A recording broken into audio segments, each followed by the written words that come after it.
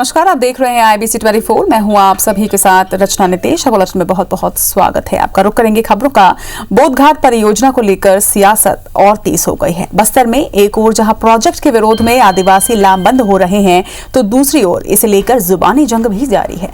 मंत्री कवासी लखमा ने प्रोजेक्ट के विरोध के पीछे बीजेपी की साजिश बताकर एक नया विवाद खड़ा कर दिया है। ऐसे में सवाल है कि मंत्री लखमा के आरोपों में कितनी सच्चाई है।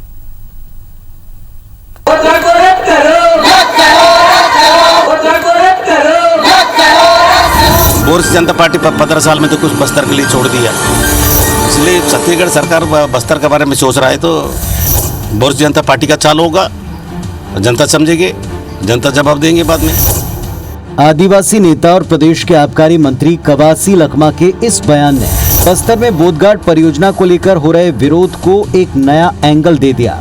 कवासी लखमा प्रोजेक्ट के विरोध के पीछे बीजेपी का षड्यंत्र देखते हैं। मंत्री कवासी लखमा का आरोप है कि बीजेपी 15 साल तक सरकार में रही, लेकिन बस्तर के लिए कुछ ठोस नहीं किया। आज जब भूपेश सरकार बस्तर के विकास कार्यों को जमीन पर उतार रही है, तो वो लोगों को गुमराह कर रही है। मुख्यमंत्री भूपेश बघेल ने भी बीजेपी पर कटाक्ष करते हुए कहा कि वो कभी नहीं चाहती कि आदिवासियों का विकास हो। सीएम ने कहा कि विरोध करने वाले नेता बताएं कि उनके खेतों में पानी पहुंच रहा है या नहीं। नक्सली बताएं तेलंगाना और हैदराबाद में बांध बने हैं या नहीं। हम बोधघाट बांध पर अडिग नहीं, लेकिन विरोध करने वाले विकल्प बताएं।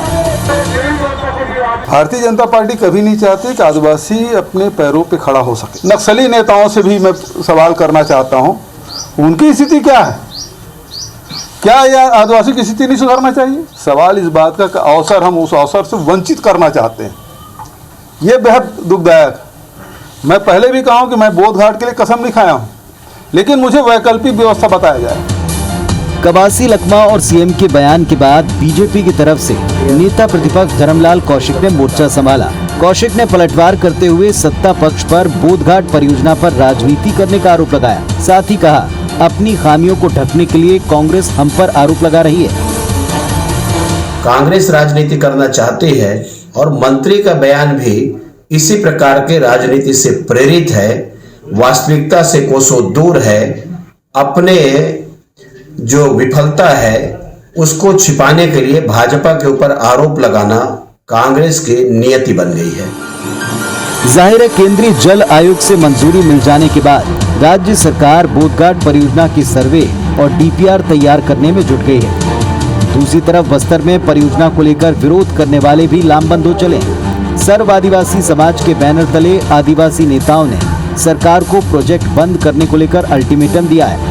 वैसे इस परियोजना पर पहले भी कई बार सवाल उठा, लेकिन मौजूदा विरोध को मंत्री कवासी लखमा बीजेपी की साजिश बताते हैं। सवाल ये, इन हालात में बस्तर के विकास का दावा करने वाली इस परियोजना को सरकार जमीन पर कैसे उतारेगी? सवाल ये भी, क्या इसका विरोध करने वाले चेहरों के पीछे वाकई कोई सियासी साजिश छिपी है?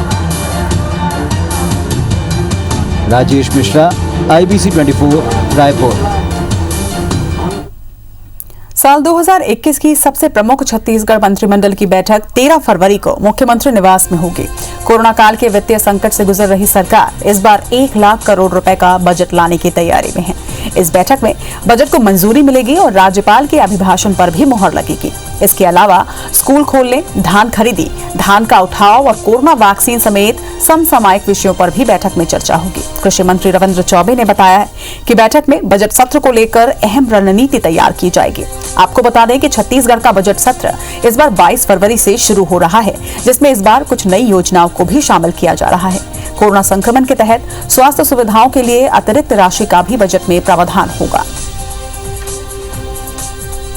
अब तो आगामी बजट सत्र है, बजट की तैयारी है, महामहिम राज्यपाल महोदय के अभिभाषण की तैयारी है और विभिन्न विभागों के जो बजट में प्रावधान किए जा रहे हैं उसकी तैयारी है। उन सारे सिलसिले में आगामी मंत्रिमंडल की बैठक में विचार विमर्श किया जाएगा। नवा रायपुर स्मार्ट सिटी की फंडिंग केंद्र से रोके जाने की खबर पर सीएम भूपेश बघेल ने कहा कि नवा रायपुर के निर्माण में हजारों करोड़ रुपए फूंक दिए गए। कमीशन के चलते सारा काम कराया गया और लोग कमीशन लेकर यहां से निकल गए, लेकिन तब भी नवा रायपुर खंडर जैसा बना रहा। अब उनकी सरकार इसे बचाने का प्रयास कर रही है और इसलिए वहां मुख्यमंत्री, राज्यपाल और मंत्री के आवास समेत विधानसभा का निर्माण किया जा रहा है। उन्होंने कहा कि जनप्रतिनिधि और अधिकारी जाकर वहां रहेंगे और तभी वहां बसाहट तेज हो पाएगी।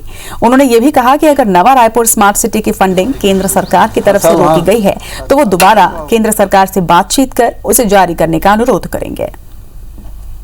हजारों करोड़ रुपए उन्होंने लगाए, उसमें कोई रहता है क्या वहाँ? मुख्यमंत्री निवास, मंत्रिमंडल निवास, राजभवन, विधानसभा सबकी बनाने की स्वीकृति मैंने दी है और निर्माण कार्य शुरू भी हो गया है।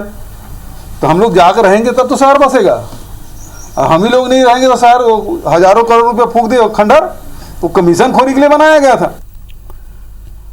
छत्तीसगढ़ के टीकाकरण अभियान में फिलहाल सिर्फ कोविशील्ड वैक्सीन का ही इस्तेमाल किया जाएगा। केंद्रीय स्वास्थ्य मंत्री डॉक्टर हर्षवर्धन के जवाब के बाद भी अभी कोवैक्सीन का उपयोग नहीं किया जाएगा। छत्तीसगढ़ के स्वास्थ्य मंत्री टीएस सिंहदेव के मुताबिक कोवैक्सीन के तीसरे ट्रायल के नतीजे का इंतजार किया जाएगा। टीएस सिंहदेव 2 बार केंद्रीय स्वास्थ्य मंत्री डॉक्टर हर्षवर्धन को पत्र लिखकर कोवैक्सीन की डोज नहीं भेजने का अनुरोध कर चुके हैं, जिसका जवाब देते हुए केंद्रीय मंत्री ने कोवैक्सीन को सुरक्षित बताते हुए इसके आपात इस्तेमाल के उपयोग को सुरक्षित बताया है। स्वास्थ्य मंत्री टीएस सिंहदेव के मुताबिक केंद्र को गलत आंकड़े मिले हैं। बता दें कि छत्तीसगढ़ में हेल्थ वर्करों में टीकाकरण 72% हुआ है। उन्होंने कहा कि कुछ नर्सें प्रेग्नेंट है या भी फीडिंग करा रही हैं और इसलिए उन्होंने टीका नहीं लगवाया है। उन्होंने कहा कि प्रदेश में टीकाकरण के अभियान में रुकावट नहीं आएगी। के मामले में पूर्व मंत्री बृजमोहन अग्रवाल ने कहा कि जिस वैक्सीन की विश्व के 25 देश मांग कर रहे हैं उस वैक्सीन का बिना कैबिनेट के फैसले के विरोध करना गलत है। कोवैक्सीन का फेज 3 ट्रायल अभी पूरा नहीं हुआ है। जैसे ही फेज 3 ट्रायल पूरा हो जाता है, जो 71,000 वैक्सीन 72,000 कोवैक्सीन की डोज उपलब्ध हैं, उनका उपयोग होगा। 5,11,000 से ज़्यादा डोज कोविशील्ड के उपलब्ध हैं जो लगाए जा रहे हैं, लगातार लगाए जा रहे हैं। तो अभी कोई ऐसी अड़चन नहीं है कि वैक्सीनेशन किसी भी तरह से प्रभावित होगा। विश्व के 25 देश को वैक्सीन की मांग कर रहे हैं, उसको सुरक्षित बताया गया है और यहाँ के स्वास्थ्य मंत्री उसका विरोध करें और उसके बारे में कुछ भी कहने के पहले कैबिनेट का निर्णय होना चाहिए। अगर कैबिनेट का निर्णय बिना लिए उन्होंने इस वैक्सीन का विरोध किया है तो देश के वैज्ञानिकों का, देश के साइंटिस्टों का, देश की संप्रभुता का अपमान किया है।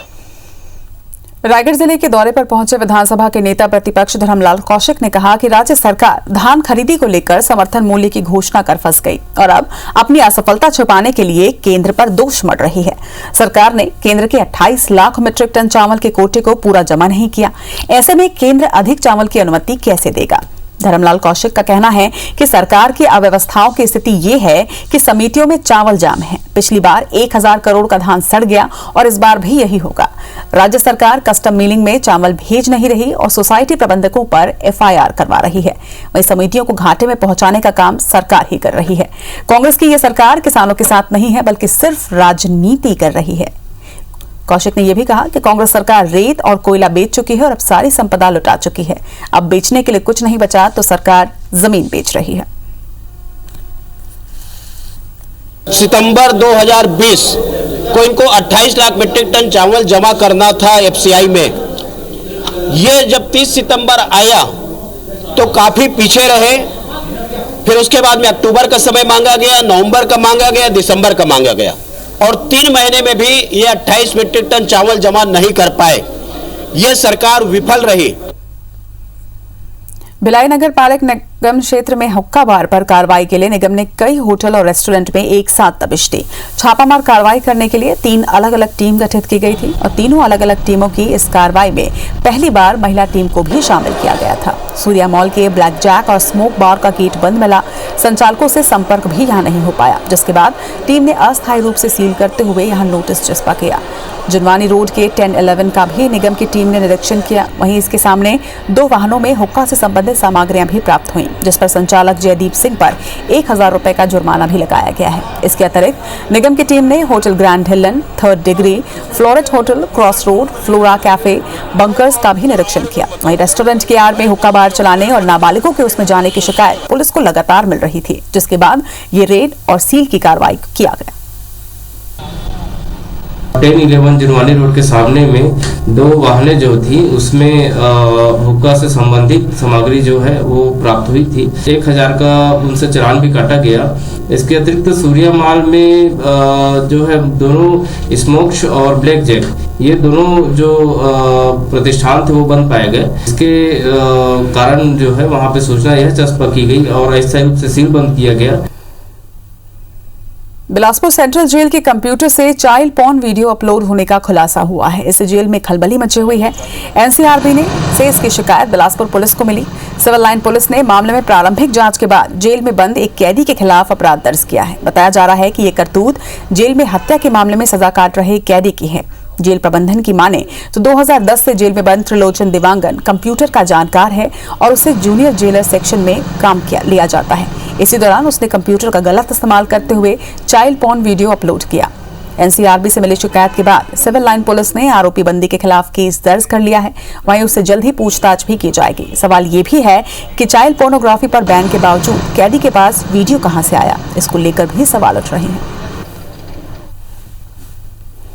पासवर्ड आईडी सब बंद करना भूल गए तो उसका फायदा उठाया उसने। गलत नीयत से और गंदा काम करते हुए उसने, हम लोगों ने भी सुना है, पुलिस इन्वेस्टिगेशन कर ही रही है। तो हमारे यहाँ भी जो भी प्रावधान है जेल में उसके विरुद्ध कठोरतम कार्रवाई की जाए। 2011 से 302 के मामले में सजा याफ्ता एक बंदी जो है उसके द्वारा केंद्रीय जेल के जे सेक्शन पे जाके जहाँ पे कंप्यूटर वगैरह आता है उनसे छेड़खानी करके उनके द्वारा एक चाइल्ड पोर्नोग्राफी को अपलोड किया गया था, जिसके संबंध में थाना सिविल लाइन में 67 AB का अपराध पंजीबद्ध कर विवेचना किया जा रहा है। बलरामपुर जिले में पिकअप वाहन की दुर्घटना से हुए एक व्यक्ति की मौत के बाद वाहन चालक और मालिक ने परिजनों को डरा धमकाकर शव का अंतिम संस्कार करा दिया। दरअसल जब वो व्यक्ति अपने रिश्तेदारों के साथ वाहन से लौट रहा था तभी ये दुर्घटना हुई जिससे उसकी मौत हो गई। वाहन चालक ने शव को जंगल में ले जाकर पहले छिपा दिया और मृतक की पत्नी को शव के पास छोड़कर भाग गया और फिर वाहन चालक अपने मालिक के साथ जंगल वापस आया, जिसके बाद मालिक और चालक ने मृतक के परिजनों को डरा धमकाकर शव का अंतिम संस्कार करवा दिया और वाहन मालिक ने इसके बदले परिजनों को पैसे भी दिए। लेकिन जब बाद में पुलिस को इसकी जानकारी लगी तो पुलिस शव उत्खनन करने में जुटी हुई है और पोस्टमार्टम रिपोर्ट के बाद आगे की कार्रवाई इसमें की जाएगी।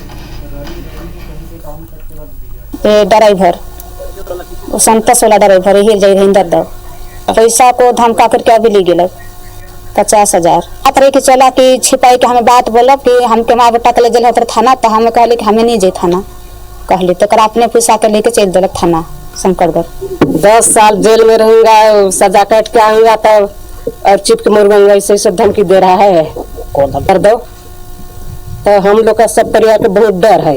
मन में हमको अभी जानकारी नहीं है और मर्ग जो हमारे पास जो 0 पर से नंबरी के लिए आया है उसके आधार पर हम एक्सीडेंटल के हिसाब से काम करवा रहे हैं। बाकी पीएम रिपोर्ट जैसा भी आएगा उस हिसाब से कार्रवाई मुनासिब की जाएगी।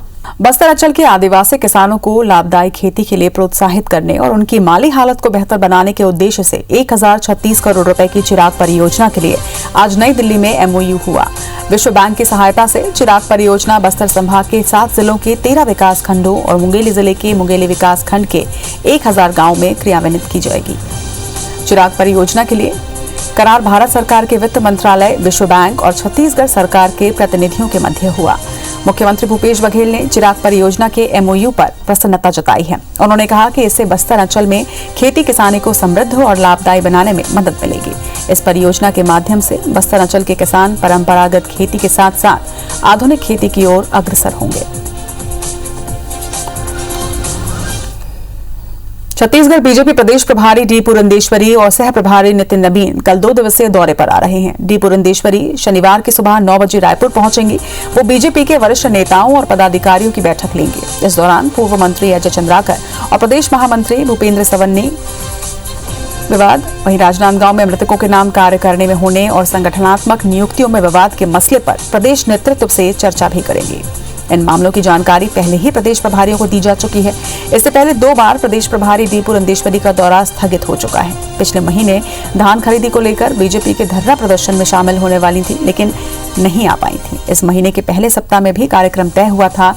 वहीं सह प्रभारी नितिन नबीन भी बिहार में मंत्री बनने के बाद पहली बार छत्तीसगढ़ आ रहे हैं।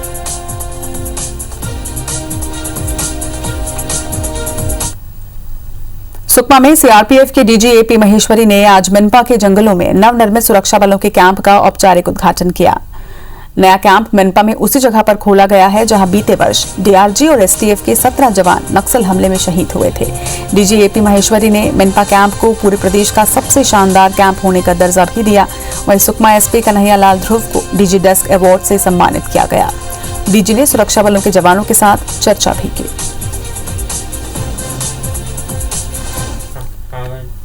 सीआरपीएफ के डीजी एपी महेश्वरी ने नक्सल प्रभावित इलाकों के लिए विशेष रूप से तैयार की गई बाइक एम्बुलेंस को हरी झंडी दिखाकर रवाना किया। ये बाइक एम्बुलेंस डीआरडीओ और सीआरपीएफ ने मिलकर तैयार की है। इस बाइक एम्बुलेंस में घायल जवानों को घटनास्थल से पूरी मेडिकल सुविधा के साथ हॉस्पिटल तक पहुंचाने की पूरी व्यवस्था है। हमारे संवाददाता राजेश मिश्रा ने इस बाइक एम्बुलेंस का जायजा लिया। बस्तर के नक्सल प्रभावित इलाकों में घायल जवानों और घायल आम आदमियों को अस्पताल तक लाने की एक बड़ी चुनौती पुलिस के सामने, जिला प्रशासन के सामने थी। इस चुनौती से निपटने के लिए अब ये एक ऐसी बाइक एम्बुलेंस यहाँ पर तैयार की गई। आप देख रहे हैं कि एक बाइक में इस एम्बुलेंस को तैयार किया गया है जिसमें बाकायदा ऑक्सीजन की भी व्यवस्था है, ग्लूकोज की भी व्यवस्था है और ये चेयर के रूप में एक आपको दिख रहा होगा। ये पूरा स्ट्रेचर हो जाता है। किस तरह से होता है हम इसको बताने की भी यहाँ पर कोशिश करेंगे। किस तरह से ये लंबा हो जाता है आप देख रहे हैं कि एक बाइक पर इसको बहुत सुसज्जित ढंग से यहाँ पर तैयार किया गया है और कोशिश ये की गई है कि कोई अगर घायल कहीं पे कोई घटना होती है और कोई घायल हो जाता है तो उसको बिना किसी ज़्यादा नुकसान पहुँचाए उसको कैसे हॉस्पिटल तक ले जाया जा सकता है, उसके लिए इसको विशेष रूप से तैयार किया गया है। देख रहे हैं आपकी बाकायदा एक चेयर के रूप में अभी दिख रही है। ये इस तरह का यहाँ पर किया गया और हम आपको ये भी बता रहे हैं कि ये जो है ये ऑक्सीजन का सिलेंडर है। अगर मान लो आपात स्थिति कुछ निर्मित हो तो ऑक्सीजन इसको लगाया जा सकता है और इसके बाद ये टेस्ट के लिए इस तरह की ये मशीन भी, कार्डिक मॉनिटर भी है और कोई नुकसान ना हो इसलिए बाकायदा बेल्ट भी उसको बांध के यहाँ पर ले आया जा सकता है। ये ग्लूकोज की भी यहाँ व्यवस्था है। तो हमारे साथ ये सीआरपीएफ के कुछ अफसर यहाँ मौजूद हैं। कितनी बाइक से आप लोग तैयार किए हैं, कहाँ इसको भेजेंगे और किस तरह से यहाँ कहाँ तैयार होकर आई है बाइक? ये दिल्ली से सीआरपीएफ और डीआरडीओ ने तैयार किया है। इसमें 22 बाइक्स हैं जो नक्सल इफेक्टेड एरिया में भेजी जाएंगी। अच्छा, ये इसको ऑपरेट करने के कोई स्पेशल कोई ट्रेनिंग भी लेने भेजे थे कि कोई सामान्य आदमी भी इसको ऑपरेट कर सकता है? इनको ट्रेनिंग भी दिया गया है और थोड़ी सी ट्रेनिंग के बाद सामान्य व्यक्ति भी इसको ऑपरेट कर सकता है।